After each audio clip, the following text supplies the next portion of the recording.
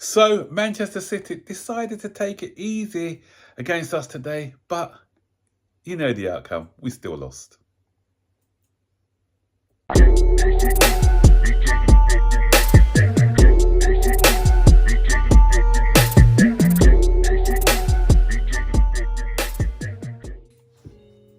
So there you have it, guys. Levels between the two teams, the differences between the two teams.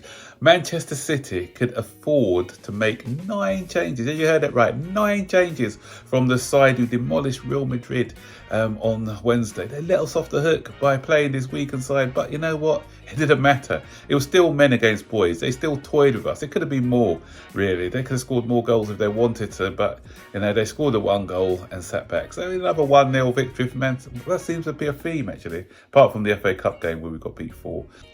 But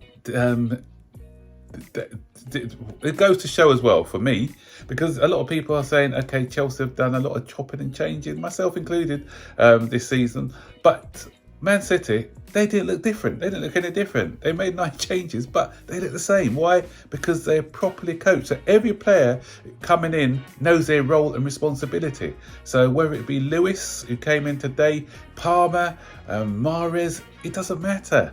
It doesn't matter, because these guys, the way they coach, obviously, the way they play, they know what they're doing. Everyone knows what they're doing. Our guys, all season, there's like a bunch of individuals with no direction, don't know what they're doing. And today, no patterns of play, not one pattern of play I saw in a whole entire 90 minutes for Chelsea. We just saw a few bits of individualism, you know, good run by Loftus-Cheek here or there, and then a shot now and again. You know, Lewis all had a couple of shots, savable shots, but you know, nothing from our guys. I know the season's over, but pride, play for pride, guys. Just a bit of pride. That's all we need to do. Have a bit of pride in our game.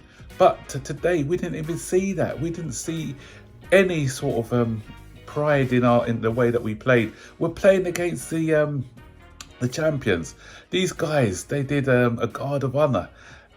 We had to do a guard of honour for their players, and you know, you thought that stirring up and say, you know what, I want to compete against these guys to show them, you know, that next season we'll be there for them. But no, we didn't. Well, this reminds me of a game a few years ago when we were the dominant force, when Jose Mourinho was there. I think we had just won back-to-back, and we were playing Manchester United, and they had to give us a guard of honour. And again, it was easy for us. We won the game 1-0, I think, with a Thiago screamer.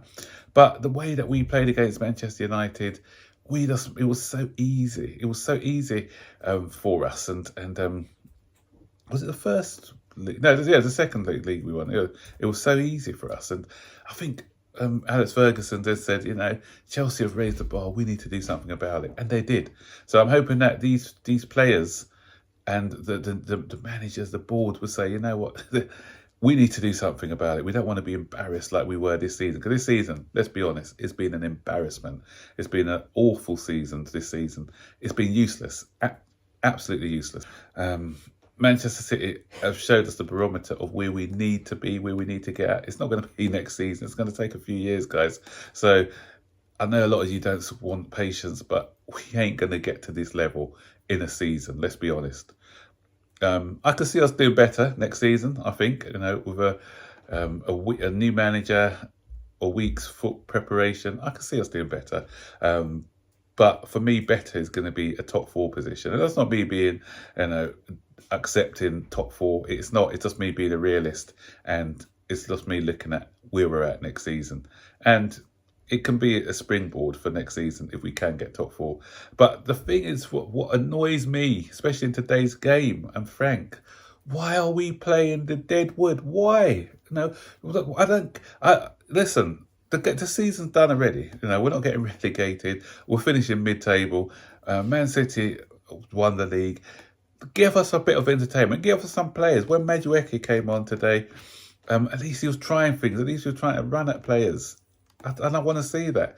When Mudryk wasn't great, but start these guys. What was the point of Datra Fofana coming in? Why didn't we just do similar to what we done with the Nkunku deal? What was the point? This guy, It's like Scarlet Pimpernel. We haven't seen him. He's not on. He's where is he?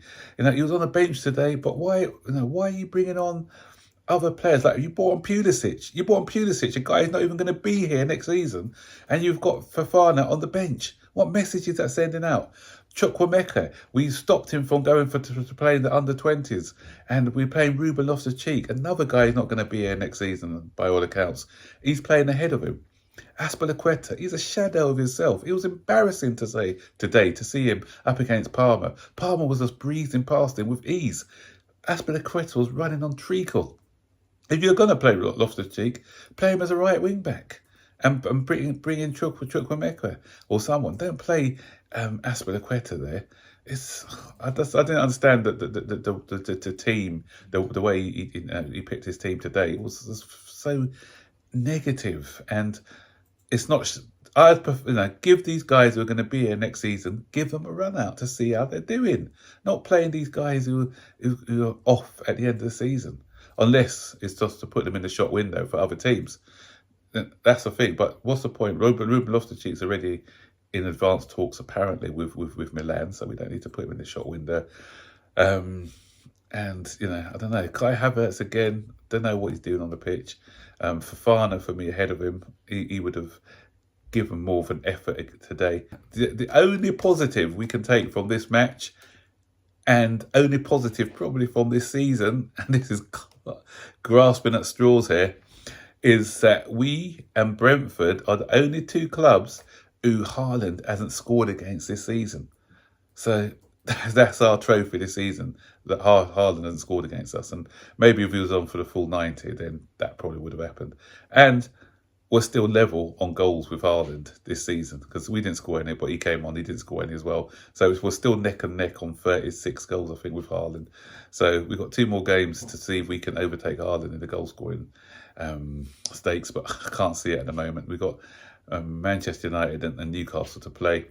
Man U's still got something to play for. Newcastle may or may not have something to play for, but it doesn't matter, because we saw Man City, who didn't have anything to play for today, put out their B team, and we still look second best. So, these other teams, they don't have to do much to beat us.